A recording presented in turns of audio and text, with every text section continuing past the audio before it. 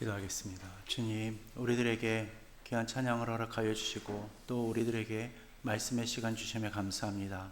주님, 이 시간 말씀을 경청하기를 원하오니 주님께서 말씀하여 주실 때에 우리들의 듣는 마음을 열어주시고 우리들에게 그 마음에 새겨지는 은혜의 시간 허락하여 주시옵소서. 변화되어지는 시간 되게 허락하여 주실 줄로 믿사오며 예수 그리스도의 이름으로 기도드리옵나이다. 아멘. 여러분, 부활주일을 맞이한 후에 한 주간 동안 부활의 기쁨 속에서 생활을 하셨습니까? 우리들에게 부활의 신앙은 그 무엇보다도 바꿀 수 없고 또 부활의 기쁨과 소망은 우리들의 삶에 아주 큰 활력을 더하여 줍니다. 부활의 소망이 우리들에게 더 큰 활력을 주는 이유는요, 아마도 사순절 기간 동안 절제하였던 그 기간 속에서 예수님의 부활과 함께 우리 또한 사망 권세에서 자유함을 느끼기 때문일 것입니다. 그러니 여러분 모두 예수님의 부활하신 가운데에서 기쁨 충만 누리시고 모든 면에서 다시금 소생되어지는 은혜를 누리실 수 있기를 주님의 이름으로 축원합니다. 이렇게 우리는요, 예수님의 부활하심을 다시금 경험하면서 회복의 은혜를 누리게 되어지는데, 예배당 문을 나서는 순간 우리들의 현실은 변하지 않았다는 사실을 자각하게 되면서 낙심을 할 때가 있습니다. 그러다 보니까 아침에 눈을 뜨면요, 우리를 기다리고 있는 것은 기쁨이 아니라 이 책임이고 부담이고 또 걱정일 때가 있을 때가 있다는 겁니다. 요즘 뉴스를 볼라치면요, 마음은 더 무거워지죠. 미국과 이란 사이의 전쟁으로 인해 가지고 수많은 사람들이 목숨을 잃었고요, 또 전 세계적으로도 또 경제적인 어려움들을 겪게 되었습니다. 이제 2주간의 휴전으로 그나마 한숨을 돌리게 되었지만 어느 외신 보도를 보니까 미국과 이란의 전쟁으로 가장 큰 상처를 받은 나라, 가장 큰 피해를 받은 나라는 이란이 아니라 한국이다라는 보도까지 나왔을 정도로요, 우리나라에 미친 여파는 정말 어마어마합니다. 그것도 그럴 것이요, 잠깐 전쟁 이전에 우리나라 상황을 돌아보면 단적으로 바로 볼 수 있는 게 증시죠. 여러분, 증시 그때 어땠습니까? 불장이라고 표현을 하는데 나날이 이 기록을 경신하면서 최고점을 계속해서 경신해 가던 그러한 시기였었습니다.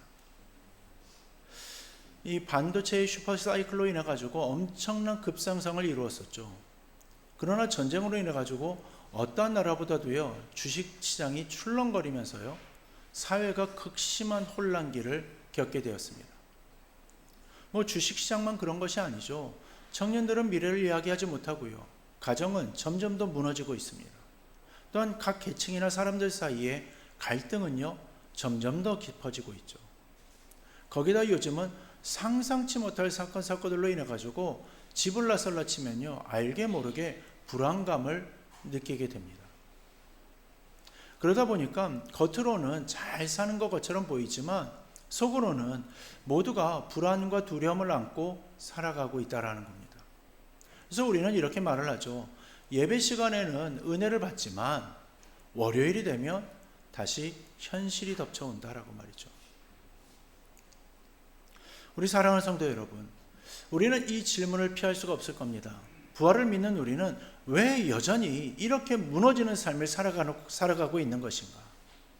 왜 우리의 표정은 여전히 무겁고 왜 우리의 말에는 여전히 두려움이 담겨 있으며 왜 우리의 선택은 세상 사람들과 크게 다르지 않는 것인가?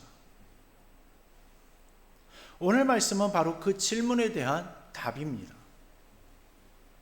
베드로전서 1장 3절은요, 이렇게 시작을 합니다. 우리 주 예수 그리스도의 아버지 하나님을 찬송하리로다. 이 말씀은요, 아주 놀라운 말씀입니다. 왜냐하면요, 이 편지를 받고 있는 사람들의 상황은요, 전혀 찬송할 수 있는 상황이 아니었기 때문입니다. 당시 그리스도인들은요, 이 로마 제국 곳곳에 흩어져 살아가고 있었는데요, 신앙 때문에 차별을 받았었고 경제적으로 어려움을 겪고요, 사회적으로 소외된 삶을 살고 있었던 상황이었어요. 그러기에 그들에게 믿음을 지킨다라는 것은요, 편안한 길이 아니라 이 목숨을 담보하는 그러한 상황이었습니다. 그런데 베드로는요, 그들에게 먼저 찬송하라고 말을 하고 있다라는 겁니다. 왜이겠습니까? 그 이유가 바로 이어지는 말씀에 나오게 되는데요. 하나님께서 우리를 거듭나게 하셨기 때문이라는 겁니다. 그리고 우리들에게 산 소망이 있게 하셨기 때문이라는 거죠. 여기서 우리는 매우 중요한 진리를 발견하게 됩니다. 우리의 소망은요, 우리들의 상황에서 나오는 것이 아니고 하나님에게서 온다라는 겁니다. 베드로는 말을 합니다. 우리를 거듭나게 하셨다라고 말이죠. 이것은요, 우리가 스스로를 변화시킨 것이 아니라 하나님이 우리를 새롭게 시작해 하셨다라는 의미인 겁니다. 그리고 그 결과로 우리들에게 산 소망이 주어졌다라는 거죠. 여기서 산 소망이라는 말은요, 헬라어로 엘피다조산이라는 단어를 사용을 합니다. 이 말은요, 단순한 희망을 말을 하는 것이 아니고 죽지 않는 소망을 말을 하는 겁니다. 상황에 따라서 사라지는 기대가 아니고 살아 움직이고 지금도 역사하며 계속해서 우리를 붙들어주는 그 소망을 말을 하는 겁니다. 그러나 세상에서 말하는 소망은 다르죠. 세상은 경제가 좋아지면 소망이 생기고 또 경제가 나빠지면 소망이 사라집니다. 건강하면 미래를 이야기를 하지만 병이 찾아오면 모든 계획은 무너지게 되고 말죠. 이처럼 사람의 소망은요, 너무나도 쉽게 흔들리게 되니까요, 늘상 불안의 삶을 살게 되는 것입니다. 근데 성경을 보면요, 우리들의 소망은 살아있다라고 말을 합니다. 왜냐하면 그 소망의 근원이 예수 그리스도의 부활이기 때문이라는 것이죠. 예수님은 죽으셨습니다. 그리고 다시 살아나셨습니다. 이 사건은요, 단순한 과거의 사건이 아닙니다. 이 사건은요, 지금 우리들의 삶을 결정하는 사건입니다. 부활이 있었기 때문에 우리의 소망은 죽지 않는 것이고요. 부활이 있었기 때문에 우리의 미래는 무너지지 않는 겁니다. 부활이 있었기 때문에 우리는 다시금 일어설 수가 있는 것이죠. 우리 사랑하는 성도 여러분, 부활은 단지 믿는 교리가 아닙니다. 부활은 우리가 살아가는 방식인 겁니다. 그렇다면 질문이 하나 더 생기게 되는데, 산 소망이 있다라면 왜 우리는 여전히 힘들게 살아가는 것이냐는 겁니다. 왜 믿음을 가지고 있음에도 우리의 삶에는 눈물이 있고 근심이 있고 고통이 있냐라는 거죠. 베드로는 이 질문에 대해서 피하지 않고요, 오히려 아주 정직하게 말을 합니다. 너희가 여러 가지 시험으로 말미암아 잠깐 근심하게 되지 않을 수가 없으나. 성경은 우리의 현실을 외면하지 않습니다.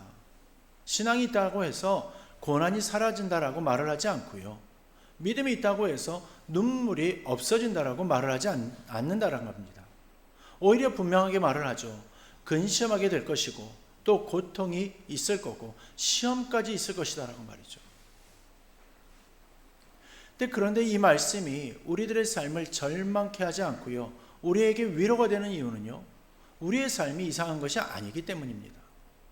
지금 우리가 겪고 있는 어려움은요, 믿음이 없어서가 아니라는 거죠. 오히려 믿음의 길을 걷고 있기 때문에 겪는 과정이다라는 겁니다. 지금 이 시대를 보십시오. 전쟁으로 인해서 수많은 사람들이 고통을 받고 있습니다. 그로 인해서 경제는 점점 더 어려워지고 사람들의 삶은 점점 더 팍팍해지고 있죠. 우리나라 역시 마찬가지입니다. 열심히 살아도 미래가 보이지 않는 그 현실 속에서요, 많은 사람들이 지쳐가고 있습니다. 관계는 점점 더 깨어지고요, 사람들은 서로를 신뢰하지 못하고 작은 일에도 쉽게 상처를 받습니다. 여러분, 헬조선이라는 말을 들어보셨을 겁니다. 얼마나 우리나라가 심했으면 이러한 말까지 나왔겠습니까? 이러한 상황이다 보니까 우리 역시 흔들리게 되는 것입니다. 기도를 해도 상황은 그대로인 것 같고요. 또 말씀을 들어도 현실은 변하지 않는 것처럼 느껴집니다. 그래서 마음속에 불현듯 이런 생각이 올라오기도 하죠. 정말 하나님이 계시는 것인가? 정말 부활이 나와 상관이 있는 것인가? 바로 그 지점에서 산소망이 무엇인지가 드러나게 되는 겁니다. 산소망은요, 고난이 없을 때 붙드는 것이 아닙니다. 산소망은요, 고난 한가운데에서 붙드는 것입니다. 베드로는 말을 합니다. 이 시험이 너희 믿음을 연단한다라고 말이죠. 연단이라는 것은요, 불로 금속을 정련하는 것을 의미합니다. 금속은 불 속에 들어가야 불순물이 제거되죠. 불이 없으면 금속은 더 이상 순수해질 수가 없습니다. 근데 우리의 신앙도 마찬가지라는 거죠. 우리들의 믿음도 고난이라는 과정을 통해서 더 순수해지게 된다는 겁니다. 근데 우리는 고난이 오면 이렇게 묻는다라는 거죠. 왜 이런 일이 나에게 일어나는 겁니까? 왜 하나님은 이런 것을 막아주지 않는 겁니까? 그러나 성경은 우리들의 질문을 바꾸도록 합니다. 왜가 아니라 무엇을 이루고 계십니까? 라는 질문으로 말이죠. 고난은 우리를 무너뜨리기 위해서 오는 것이 아니라 우리를 정금으로 만들기 위해서 하나님이 사용하시는 도구입니다. 우리 안에 있는 두려움, 또 우리 안에 있는 불안, 우리 안에 있는 집착과 의존, 이것들이 고난 속에서 드러나고 또 하나님 앞에 내려놓게 되는 겁니다. 그럴 때 믿음은 점점 더 순전해지게 되는 것이죠. 이것이 산소망의 특징인 겁니다. 산소망은요, 고난을 피하게 하지 않습니다. 대신 고난을 통과하게 만들어줍니다. 산소망은요, 문제를 없애지 않습니다. 대신 문제를 이겨낼 힘을 주는 겁니다. 우리 사랑하는 성도 여러분, 우리가 붙들어야 할 것은 상황이 아닙니다. 우리가 붙들어야 할 것은 산소망입니다. 상황은 계속 변합니다. 오늘 좋았다가도 내일 무너질 수가 있죠. 그러나 산소망은 변하지 않습니다. 왜냐하면 그 근원이 예수 그리스도의 부활이기 때문입니다. 부활하신 주님은 지금도 살아 계십니다. 그리고 우리들의 삶 가운데 여전히 일하고 계십니다. 그러므로 우리는요, 고난 속에서도 무너지지 않고 눈물이 있어도 절망하지 않을 수 있습니다. 왜냐하면 우리 안에 살아있는 소망이 있기 때문인 겁니다. 이제 베드로는요, 한 걸음 더 나아가서 산소망을 가진 사람의 삶이 어떻게 나타나는지를 보여줍니다. 8절 말씀을 보면요, 이렇게 말씀합니다. 너희가 예수를 보지 못하였으나 사랑하는도다. 지금도 보지 못하나 믿고 말할 수 없는 영광스러운 즐거움으로 기뻐하니. 이 말씀은 매우 놀라운 고백입니다. 왜냐하면 이 사람들은 예수님을 직접 본 적이 없기 때문입니다. 그럼에도 불구하고 사랑한다라고 말을 하고 있다는 거죠. 또한 보지 못하는데도 믿는다라고 말을 하고 그럼에도 기뻐한다라고 말을 하고 있다는 겁니다. 여러분, 이것이 참된 신앙이지 않겠습니까? 신앙은 보여야 믿는 것이 아니고 느껴져야 유지되어지는 것도 아닙니다. 신앙은 붙드는 겁니다. 환경이 바뀌지 않아도 붙드는 것이고요. 감정이 따라오지 않아도 붙드는 것입니다. 상황이 더 나빠져도 놓지 않는 것이죠. 이 시대를 살아가는 많은 사람들은요, 느낌으로 살아갑니다. 좋으면 하고 싫으면 하지 않죠. 감정이 올라오면 움직이고요, 감정이 사라지면 멈춰버립니다. 그래서 삶이 흔들리고 그래서 관계가 쉽게 깨지는 겁니다. 그래서 신앙도 오래가지 못하는 거죠. 그러나 성경은 말을 합니다. 보지 못해도 사랑한다고, 또 보이지 않아도 믿는다고 말을 하고 있습니다. 이것이 산소망을 가진 사람의 모습인 겁니다. 사랑하는 성도 여러분, 어떻게 이러한 삶이 가능한 삶이겠습니까? 그건 산소망이 있기 때문인 겁니다. 우리의 신앙은요, 이 눈에 보이는 그 터 위에 세워지는 것이 아닙니다. 우리의 신앙은 부활하신 예수 그리스도 위에 세워져 있는 겁니다. 그래서 상황이 흔들려도요, 무너지지 않고 감정이 식어도 떠나지 않는 겁니다. 그래서 또한 고난 속에서도 믿음을 붙들 수 있게 되는 것이죠. 그리고 그 결과에 대해서 9절은 이렇게 말을 합니다. 믿음의 결국 곧 영혼의 구원이라. 여기서 중요한 것은 결국이라는 단어입니다. 이 말은요, 미래에만 이루어진다는 의미가 아닙니다. 이미 시작되었고 지금도 이루어지고 있으며 완성되어져 가고 있다는 의미인 겁니다. 구원은 죽은 다음에만 경험하는 것이 아닙니다. 지금 이 순간에도 우리는 구원의 삶을 살아가고 있습니다. 절망 속에서도 무너지지 않는 것, 그것이 구원이고요. 고난 속에서도 다시 일어나는 것, 그것이 구원이며 또한 미워하지 않고 사랑하려고 하는 것, 그것이 구원이라는 겁니다. 또한 포기하지 않고 다시금 믿음을 붙드는 것, 그것이 구원이라는 거죠. 산소망은 우리를 이렇게 바꿔놓는 겁니다. 우리에게 산소망이 있다면 그럼 우리의 삶은 어떻게 달라져야 하겠습니까? 첫 번째로 우리들의 반응이 달라져야 합니다. 같은 상황을 만나도 다르게 반응해야 한다는 겁니다. 사람들은 문제를 만나면 불평하고요, 원망합니다. 그러나 산소망을 가진 사람은요, 기도합니다. 사람들은 상처를 받으면 되갚으려 하죠. 그러나 산소망을 가진 사람들은요, 참아냅니다. 그리고 사람들은 불안하면 더 붙잡으려고 하지만 산소망을 가진 사람들은 하나님께 맡기게 된다는 겁니다. 두 번째로 우리들의 관계가 달라져야 합니다. 나는 그냥 말을 했는데 왜 화내면서 말을 하냐고 이렇게 말을 들을 때가 있죠. 그럴 때면 대부분 상대방의 심기가 안 좋아가지고 그런 거라고 억울해할 때가 있습니다. 그러나 우리는 먼저요, 지금 내가 말할 때마다 나오는 그 말투가 상대방에게 어떻게 들리는지를 점검해 봐야 합니다. 자신의 말투를 점검하는 것이 쉽지는 않습니다. 그렇다면 한번 녹음을 해가지고 제3자에게 들려주면서 점검해 달라고 한번 해보십시오. 그럼 아마 깜짝 놀랄 만한 결과를 얻게 될 것입니다. 그리고 이 점검은요, 내가 아니라 저 사람이 해야 한다라고 생각지 마시고요, 스스로를 점검해야 하고 점검받아야 하는 겁니다. 여러분, 상대를 이해한다라는 것도요, 내가 그대로 있으면서 상대를 이해한다라는 것은요, 진정한 이해가 아닙니다. 상대의 입장에 서서 이해하는 것이 진정한 이해이죠. 상대가 이해가 안 되면요, 지금 내가 이해할 자세가 안 되어 있기 때문에 이해를 못하는 것이지, 이해되지 않는 모습이라 가지고 이해가 안 되는 것이 아니라는 겁니다.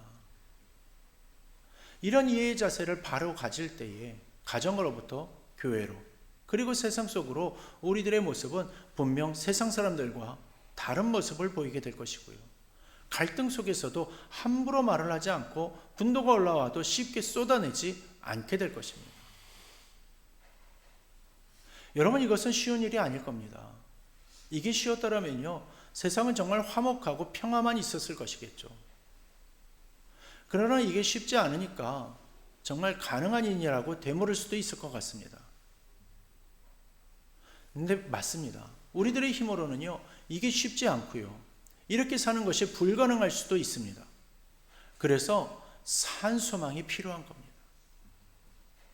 산소망은요, 우리들에게 없는 힘을 공급하고요, 우리들에게 없는 인내를 만들어냅니다. 또한 우리들에게 없는 사랑도 가능하게 하죠. 그래서 우리는 조금씩 달라지기 시작을 합니다. 완벽하게 변하는 것이 아닙니다. 하지만 분명히 달라지고 있습니다. 이것이 산소망으로 살아가는 사람들의 모습인 겁니다. 이제 말씀을 맺으려고 합니다. 오늘 우리는 한 가지 분명한 사실을 확인했습니다. 산소망은 단순한 위로가 아니라 우리의 삶을 실제로 바꾸는 능력이라는 사실입니다. 부활은 과거의 사건이 아닙니다. 부활은 지금 우리를 살아가게 하는 힘입니다. 세상은 계속해서 흔들립니다. 전쟁은 계속되어지고요, 경제는 불안정하며 또한 사람들의 마음은 점점 더 메말라가고 있습니다. 우리 역시 그러한 환경 속에서 영향을 받으면서 살아가고 있죠. 그래서 때로는 무너지고 때로는 포기하고 싶고요. 때로는 모든 것을 내려놓고 싶어집니다. 그러나 사랑하는 성도 여러분, 그 자리에서 기억해야 할 것이 있습니다. 우리는 소망이 없는 사람들이 아니고 우리는 산 소망을 가진 사람들이라는 겁니다. 이 소망은요, 상황에 따라 사라지지 않습니다. 이 소망은요, 환경에 따라서 흔들리지도 않습니다. 왜냐하면 이 소망은 예수 그리스도의 부활 위에 서 있기 때문입니다. 이제 우리는 선택해야 합니다. 세상처럼 살아갈 것인지 아니면 산 소망으로 살아갈 것인지, 두려움에 끌려가는 삶을 살 것인지 아니면 믿음으로 선택한 삶을 살 것인지, 오늘 이 자리에서 결단해야 합니다. 내일이 아니라 지금 결단해야 하는 겁니다. 그러니 내 말투를 점검하고 내가 상대로부터 듣고 싶어 했던 그 말투로 바꾸십시오. 그리고 조금 더 참고 조금 더 이해하십시오. 일터에서 불평 대신 기도를 선택하십시오. 또한 비교 대신 감사를 선택하십시오. 그리고 관계 속에서 미워하는 대신 용서하려고 애써 보십시오. 이것은 거창한 일이 아닙니다. 아주 작은 선택입니다.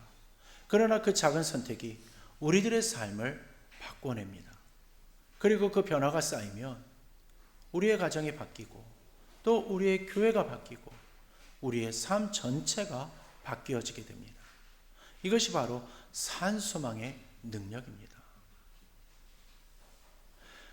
산소망은 우리의 삶을 즉시로 바꾸지 못할 수 있습니다. 그러나 분명한 것은 산소망은 우리의 자신을 바꿉니다. 그리고 우리가 바뀌기 시작을 할 때에 우리의 삶도 조금씩 변화되기 시작할 겁니다.